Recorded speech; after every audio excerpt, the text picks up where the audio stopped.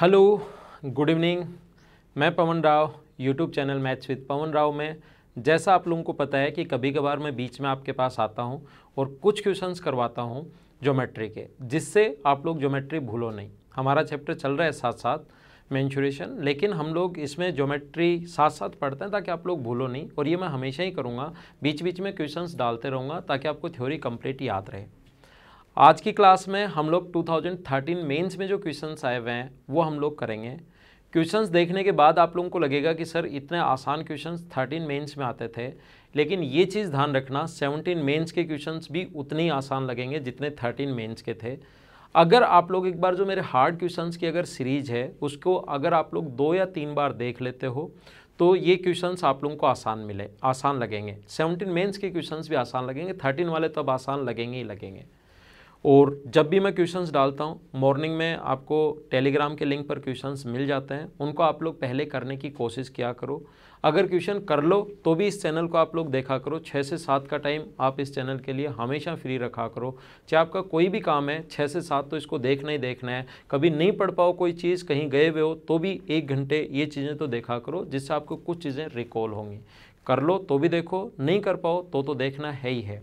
तो हम लोग शुरुआत करते हैं 2013 मेंस के। आज क्वेश्चंस मैं आपको करवाने वाला हूँ। 13 मेंस नहीं, 14 मेंस के करते हैं हम लोग पहले, फिर 13 मेंस के करेंगे। आज हम लोग करते हैं 14 मेंस के, और आपके सामने क्वेश्चन नंबर फर्स्ट लिखा हुआ है, उसको आप लोग पढ़ लीजिए। और क्वेश्चंस पढ़ने के बाद आप लोगों को लगेगा कि सर इतना आसान पेपर 13 में ही आता था, अब नहीं आ सकता। तो ध्यान रखना, आप लोग 17 मेंस के पेपर भी देख सकते हो, ऐसे ही लगेंगे आपको, करके देखो।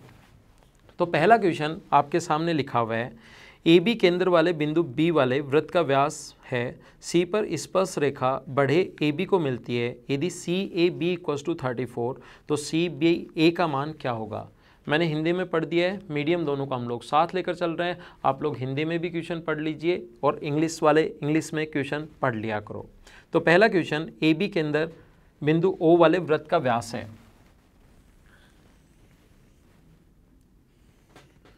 ए बी जो है ओ केंद्र वाले एक वृत्त का व्यास है ए बी, और अपने पास सी पर स्पर्शरेखा क्यू पर बढ़े हुए ए बी को मिलती है। बढ़े हुए ए बी को, बहुत आसान क्वेश्चन है, बढ़े हुए ए बी को क्यू पर मिलती है। सी पर स्पर्श रेखा जो है या स्पर्शरेखा क्यू पर ए बी से मिलती है बढ़े हुए को। C A B equals to C A B, ये वाला जो एंगल हम लोगों को दिया हुआ है सी ए बी इक्वल्स टू हम लोगों को 34 डिग्री दिया हुआ है।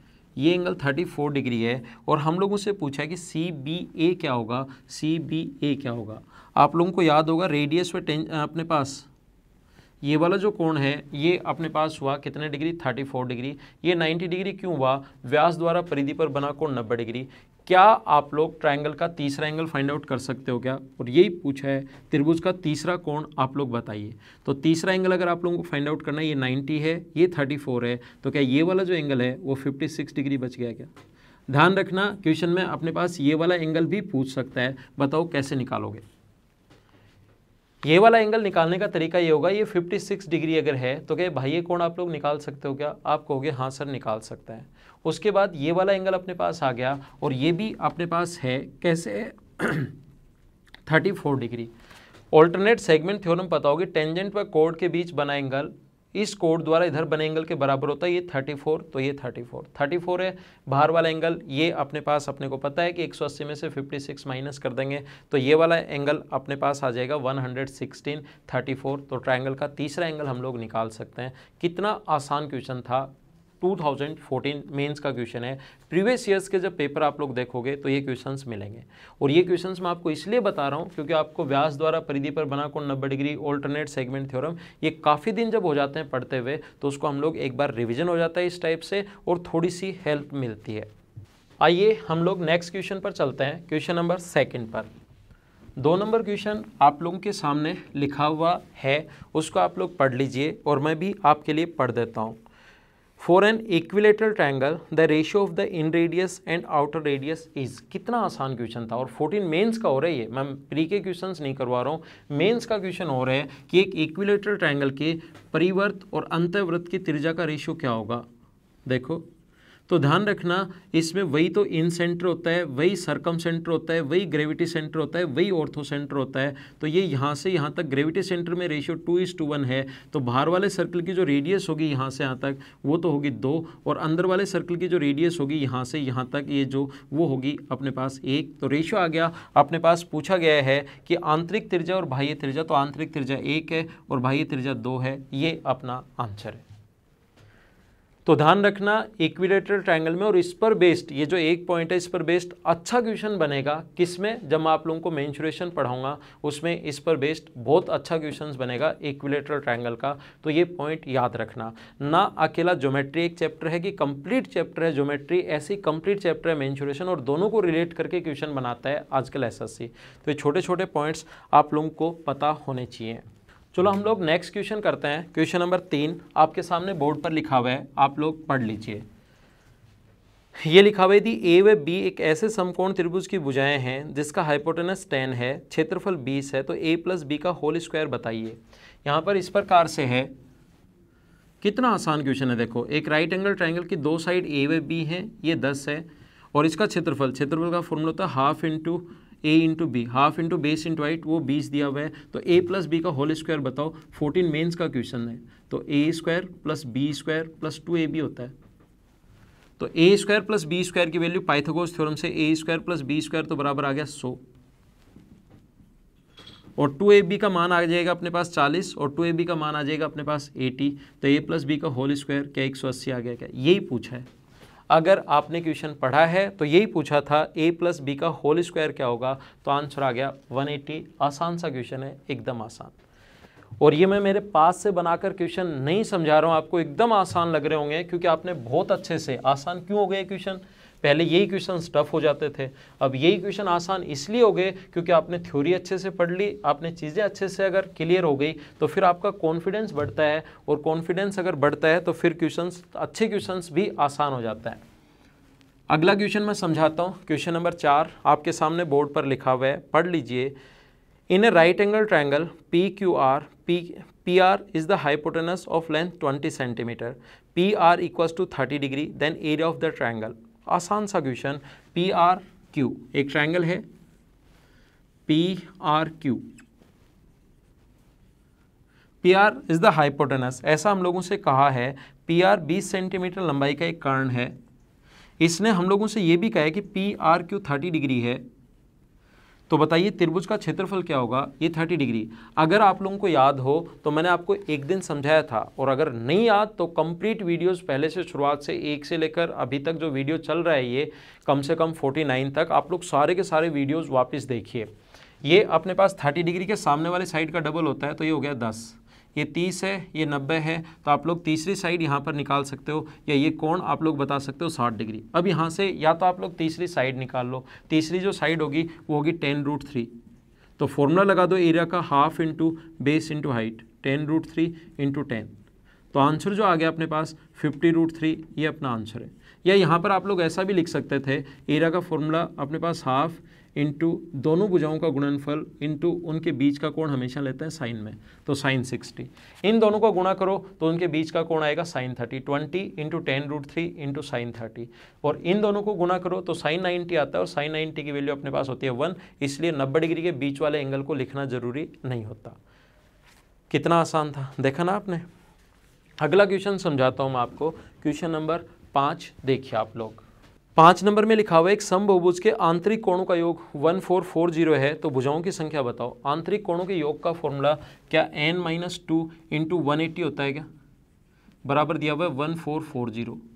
0 से 0, 18 से कट गया 8 बार, तो n की वैल्यू क्या 10 आ गई क्या? ये अपना आंसर। आंतरिक कोणों का योग दिया हुआ है, आंसर अपने पास आ गया। एकदम आसान क्वेश्चन, मैं इसलिए आसान क्वेश्चंस बता रहा हूँ क्योंकि 14 मेंस में आए हुए हैं। नेक्स्ट क्वेश्चन, क्वेश्चन नंबर 6 आप लोग पढ़िए देखिए। 6 नंबर में लिखा हुआ है ABCD एक समलंब चतुर्भुज है, AD पैरेलल है BC के, विकर्ण AC और BD एक दूसरे को O पर काटते हैं, और इन तीनों की AO, CO, BO और DO की लेंथ दी हुई है, और हमें आंसर पूछा है। 6 नंबर क्वेश्चन आप लोगों ने पढ़ लिया होगा। तो देखिए अब क्वेश्चन नंबर 6, कितने आसान क्वेश्चंस 14 मेंस में, तो ऐसे लग रहा है कि मतलब जिसने भी दिया होगा सभी का सिलेक्शन हो गया होगा। आप लोग इस लेसन को देखकर ऐसे पता लगेगा आपको कि आपको लगेगा कि जिसने भी मेंस दिया होगा सभी का सिलेक्शन हो गया होगा। ऐसे ऐसे क्वेश्चंस आए हुए हैं। और एक चीज़ मैं और समझा देता हूँ, कुछ क्वेश्चंस मैं छोड़ देता हूँ। क्यों छोड़ देता हूँ? क्योंकि वो इससे भी आसान होते हैं। जो क्वेश्चंस मैं छोड़ता हूँ, कुछ क्वेश्चंस वो इससे भी आसान होते हैं। AD पैरेलल है BC के, इस प्रकार से है AD और B और C, इस प्रकार से AD पैरेलल है BC के, ऐसा क्वेश्चन में कहा है तो दोनों को पैरेलल बनाओ। ये दोनों पैरेलल हैं, इसके दोनों डायगोनल्स एक दूसरे को O पर अगर काटें तो ये कोण अगर X है तो ये भी X होगा, ये Y है तो ये भी Y होगा, और वर्टिकली अपोजिट एंगल हमेशा बराबर होता है। तो मैंने कहा है कि जब भी इस प्रकार से दो लाइन पैरेलल हो, इसको इससे मिला दें और इसको इससे मिला दें तो दोनों के दोनों ट्रायंगल सिमिलर हो जाते हैं। और सिमिलर हो जाते हैं तो AO दिया हुआ है 3, A से O तक 3 है, C से O तक दिया हुआ है x-3, ये दिया हुआ है B से O तक BO बराबर दिया हुआ है 3x-19, ये दिया हुआ है 3x-19, और ये हम लोगों को दिया हुआ है DO बराबर दिया हुआ है x-5। तो क्या हम लोग ऐसा लिख सकते हैं कि दोनों के दोनों ट्रायंगल अगर सिमिलर हो गए, अपने पास A इस प्रकार से सिमिलर हो गए, तो क्या ऐसा लिखा जा सकता है कि अपने पास कि इसकी अपने पास x के सामने वाली साइड 3x-19 और इसमें x के सामने वाली जो साइड है x-5, ये इस प्रकार से हम लोगों ने लिख दिया। इसमें x के सामने वाली साइड ये, इसमें x के सामने वाली साइड 3x-19, इसमें y के सामने वाली साइड x-3, y के सामने वाली साइड x-3, इसमें y के सामने वाली जो साइड है वो अपने पास आ गई 3। क्या यहाँ से आप लोग क्रॉस मल्टीप्लाई करके x का मान निकाल लेना, अपना आंसर आ जाएगा। द्विघात समीकरण बनेगी तो दो आंसर अपने पास आ जाएंगे। वो आप लोग या तो आप लोग द्विघात समीकरण करना सोल्व करना सीखो मेरे अलजेब्रा से। अलजेब्रा जो मैं आपको पढ़ाऊंगा, जो लेसन आपको दिए हुए हैं अलजेब्रा के, उसमें मैं आप लोगों को बताऊंगा द्विघात समीकरण आप लोग जल्दी सोल्व कैसे कर सकते हो, या फिर आपके पास तरीका है कि आप लोग ऑप्शन से वैल्यू पुट कर लीजिए, आपको थोड़ा सा जल्दी समझ में आ जाएगा। या तो ऑप्शन से वैल्यू पुट कर लेना या आप लोग ऐसे कर सकते हो इसको, ठीक है ना। नेक्स्ट क्वेश्चन नंबर हम लोग 7 पर चलते हैं। आपके सामने बोर्ड पर लिखा हुआ है, पढ़ लीजिए। 8 और 3 सेंटीमीटर त्रिज्या वाले दो वृत्तों के केंद्र के बीच की दूरी 13 है, तो बताइए डायरेक्ट कॉमन टेंजेंट सारों स्पर्श रेखाओं की लंबाई कितनी होगी। ऐसा हम लोगों से पूछा है। बताओ कितनी बार समझाया है। जिसका बेसिक थोड़ा सा भी ठीक है वो तो सारे लोग ये क्वेश्चन कर लोगे। मैंने कहा है कि इस प्रकार से अगर है तो ये अपने पास सेंटर्स के बीच की डिस्टेंस 13 है, एक की रेडियस 8 है, एक की रेडियस 3 है, तो हमें ये हम लोगों से पूछा गया है कि इसकी लेंथ आप लोग फाइंड आउट कीजिए। डायरेक्ट कॉमन टेंजेंट, ऐसे ये वाला जब डायरेक्ट कॉमन टेंजेंट जब आए आप लोग इंग्लिश में पढ़ लीजिए, क्योंकि कभी इसको अनुस्पर्श रेखा बोलता है, कभी सीधी स्पर्श रेखा बोलता है। देखो इसमें नाम आया सरल सार स्पर्श रेखा की लंबाई क्या होगी, ऐसा हम लोगों से पूछा है। तो 13 के स्क्वायर में से फॉर्मूला आपको याद होगा, डिस्टेंस बिटवीन सेंटर्स का square minus R1 minus R2 का स्क्वायर। 13 के स्क्वायर में से 5 का स्क्वायर माइनस करोगे तो 12 का स्क्वायर, ये अपना आंसर है। तो आंसर आ गया 12। रूट करोगे इसका तो आंसर आ गया 12। डिस्टेंस बिटवीन सेंटर्स का square minus R1 minus R2 का स्क्वायर, क्या याद है क्या। और मैं ये क्वेश्चंस आप लोगों को इसलिए करवा रहा हूँ क्योंकि मैंने कहा था आपको कि आए हुए क्वेश्चंस मैं करवाऊंगा प्रीवियस ईयर्स के, इसलिए एक बार आपको करवा रहा हूँ। बाकी क्वेश्चंस ये एकदम आसान है। अगला क्वेश्चन देखिए आप लोग, क्वेश्चन नंबर 8 पर हम लोग चलते हैं। क्वेश्चन नंबर 8 जो है अपने पास, किसी वृत्त PQ तथा RS की जीवाएं जब बढ़ाई जाती हैं, PQ तथा RS जीवाएं। क्वेश्चन नंबर 8 एक बार मैं पढ़ लेता हूँ, आप लोग भी पढ़ लीजिए।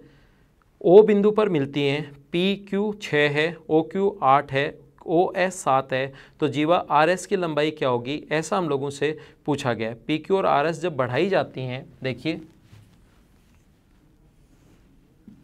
PQ और RS जब एक्सटेंड की जाती हैं, बढ़ाई जाती हैं, तो वो मिलती हैं पॉइंट O पर, ऐसा इसने कहा है।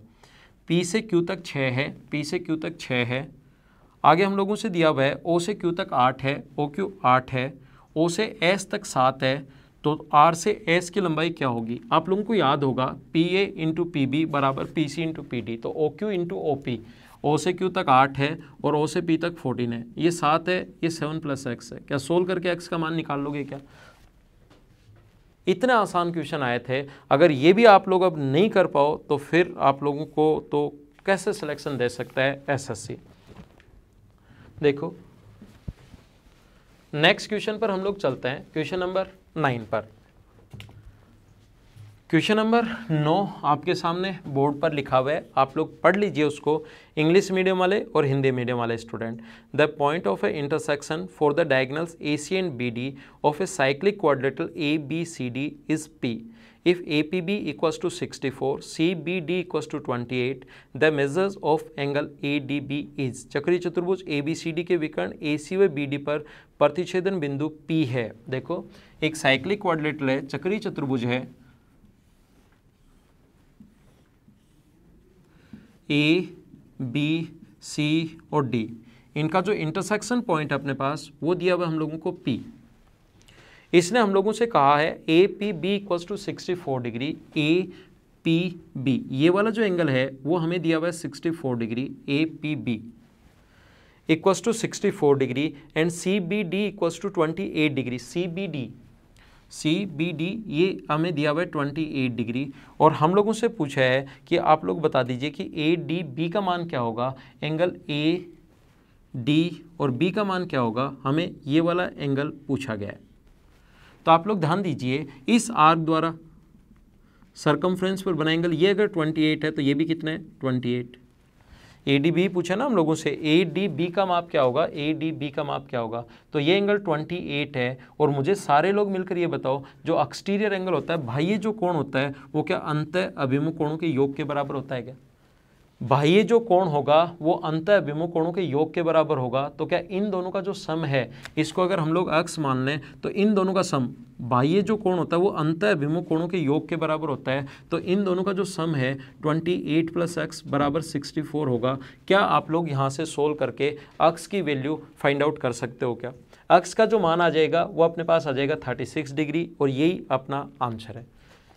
ये उधर ले जाकर माइनस करोगे तो अक्स की वैल्यू आ जाएगी 36 डिग्री, ये आंसर। इतने आसान क्वेश्चन आए थे, exterior angle always sum of interior opposite के बराबर। लेकिन मैं इसलिए करवाता हूँ ताकि आपको थ्योरी बीच बीच में याद दिलाते रहूँ, इससे आपको थोड़ा सा अच्छे से समझ में आएगा। नेक्स्ट क्वेश्चन, क्वेश्चन नंबर 10 आपके सामने बोर्ड पर लिखा हुआ है, आप लोग पढ़ लीजिए। 6 सेंटीमीटर त्रिज्या वाले 3 वृत्त एक दूसरे को बाहर से स्पर्श कर रहे हैं। एक वृत्त के केंद्र से अन्य 2 वृत्तों को जोड़ने वाली रेखा से दूरी कितनी होगी? देखो अब ये 14 मेंस का क्वेश्चन है और कुछ क्वेश्चंस मैंने छोड़ दिए हैं 14 मेंस के। क्यों छोड़ दिए? वो ज़्यादा आसान थे, तो एकदम आसान क्वेश्चंस मैंने छोड़ दिए हैं। तो यहाँ पर देखिए 6 सेंटीमीटर त्रिज्या, अगर रेडियस 6 है, 6 6 6 और 6, तो ये अपने पास 12 बन गया। और इसके सेंटर से ये इसकी डिस्टेंस हम लोगों से पूछी गई है। रेडियस, ये इसका रेडियस का काम करेगी, टेंजेंट का काम करेगी, और ये रेडियस है तो रेडियस व टेंजेंट के बीच ये टेंजेंट का काम करेगी, और ये रेडियस है तो 90 डिग्री। तो इक्विलेटरल ट्रायंगल की हाइट का फॉर्मूला होता है √3/2 इंटू साइड।